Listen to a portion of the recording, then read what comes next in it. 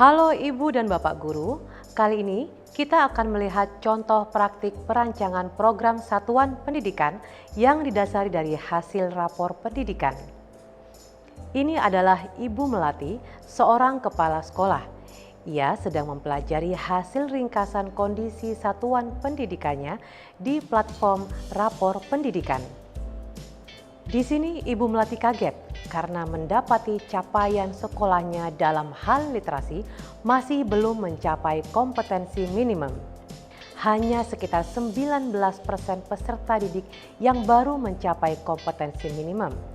Ibu Melati tidak ingin tinggal diam. Ia ingin memperbaiki sekolahnya agar semua peserta didik bisa mencapai kompetensi minimum.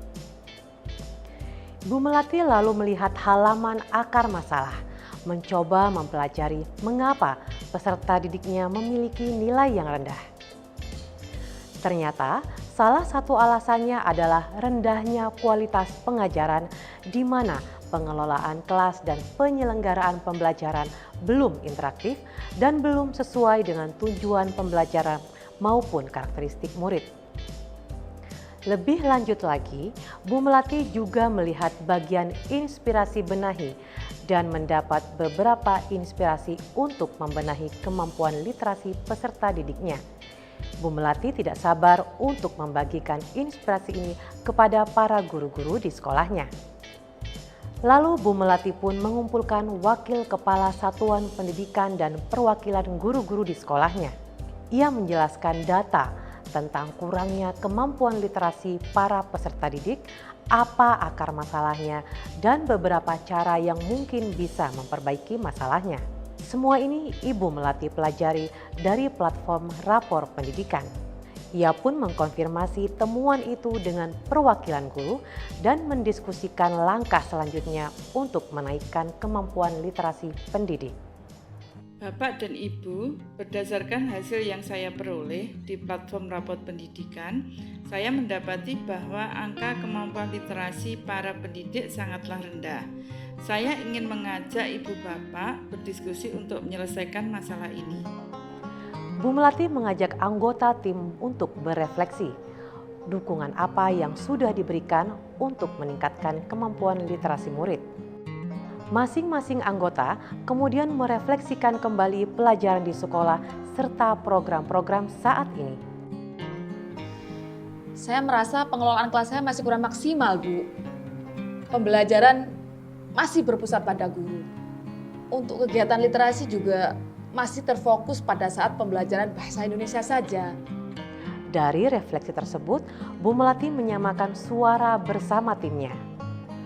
Jadi Ibu Bapak, dari hasil refleksi yang telah kita lakukan, sepakat ya, bahwa kita perlu melakukan pembenahan di kualitas pembelajaran agar dapat meningkatkan kemampuan literasi murid.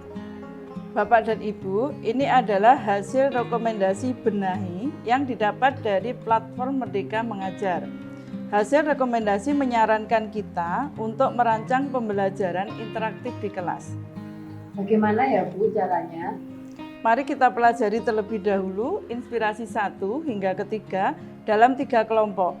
Pertemuan minggu depan kita kembali membahas hal tersebut.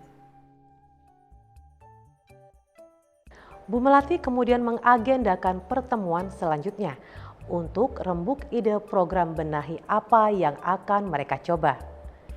Saat saya mempelajari inspirasi 2, saya menemukan metode gali informasi, praktik, dan sebarkan atau GPS.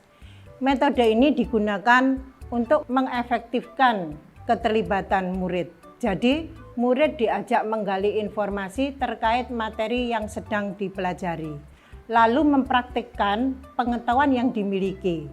Kemudian, hasil pemahamannya mereka disebarkan. Saya rasa metode ini bisa dilakukan di setiap mata pelajaran. Menarik. Yang lain gimana? Mau kita coba? Boleh, Bu. Setelah diputuskan akan coba bikin program GPS, Bu Melati mengajak guru untuk merancang program tersebut agar berdampak pada muridnya. Caranya dengan menajamkan pada konsep suara, pilihan, dan kepemilikan murid.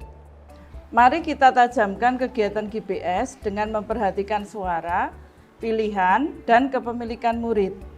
Untuk suara murid, kita mulai dengan menanyakan informasi apa yang ingin murid gali lebih dalam.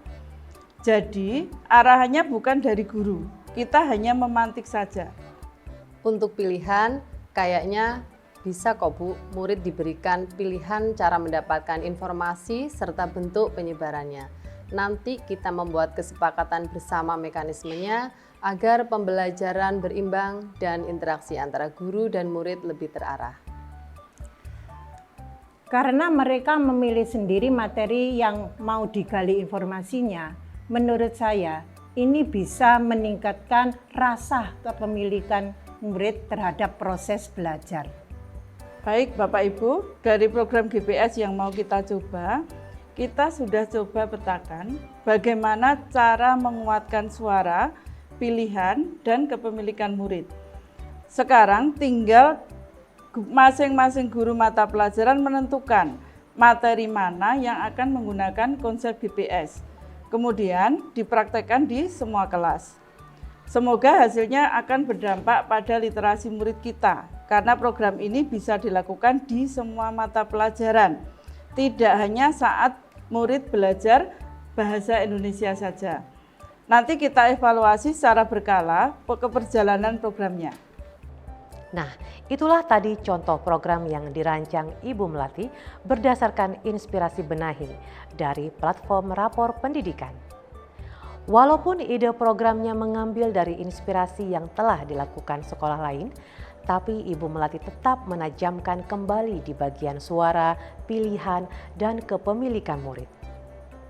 Dengan begitu, program diharapkan akan berdampak positif pada murid dan sesuai dengan konteks sekolahnya.